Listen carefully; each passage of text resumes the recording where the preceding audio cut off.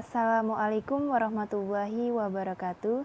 Saya Ariza Azhara dari kelompok 10 yang akan membacakan materi kelompok kami, yaitu tentang abstrak. A. Pengertian abstrak. Abstrak merupakan kondensasi singkat dari isi keseluruhan laporan penelitian. Abstrak disebut pula sebagai sari atau intisari. Abstrak berfungsi untuk menjelaskan secara singkat kepada pembaca tentang apa yang terdapat dalam suatu tulisan.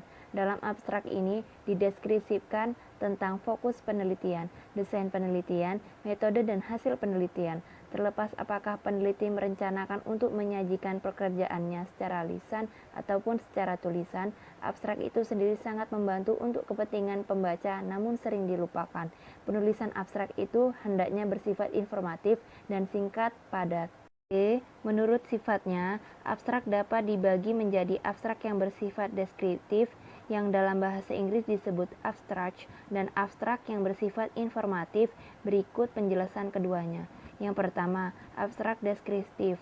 Sebagai abstrak deskriptif, abstrak hanya menyajikan uraian yang sangat singkat tentang isi tulisan tanpa menyatakan apa yang dibahas dalam aspek-aspek yang tercakup pada tulisan itu sendiri. Dengan kata lain, untuk menjelaskan gagasan utama yang terdapat pada tulisan, abstrak cukup disusun dalam kalimat tunggal, sehingga abstrak tidak memerlukan perinci yang bersifat detail ataupun contoh-contoh yang bersifat ilustratif. 2. Abstrak informatif atau ringkasan.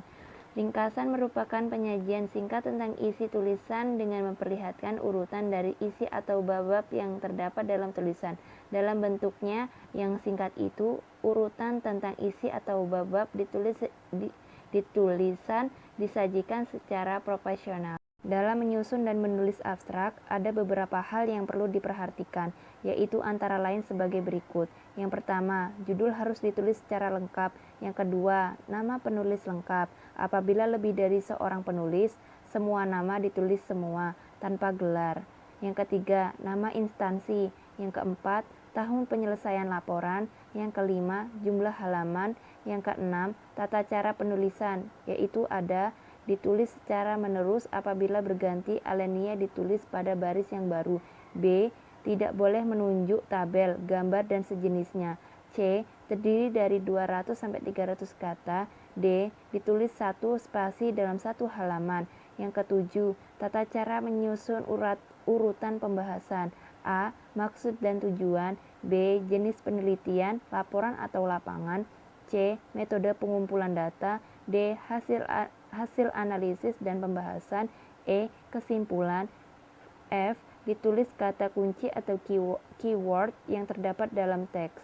Adapun tujuan pembuatan abstrak dalam sebuah penelitian ialah: yang pertama, untuk melengkapi tulisan ilmiah seseorang; yang kedua, untuk membantu penggunaan informasi, memperpendek waktu pemilihan informasi; yang ketiga, untuk mengatasi kendala bahasa. Terima kasih telah menyaksikan video dari presentasi kelompok kami. Apabila ada salah-salah kata, saya mohon maaf.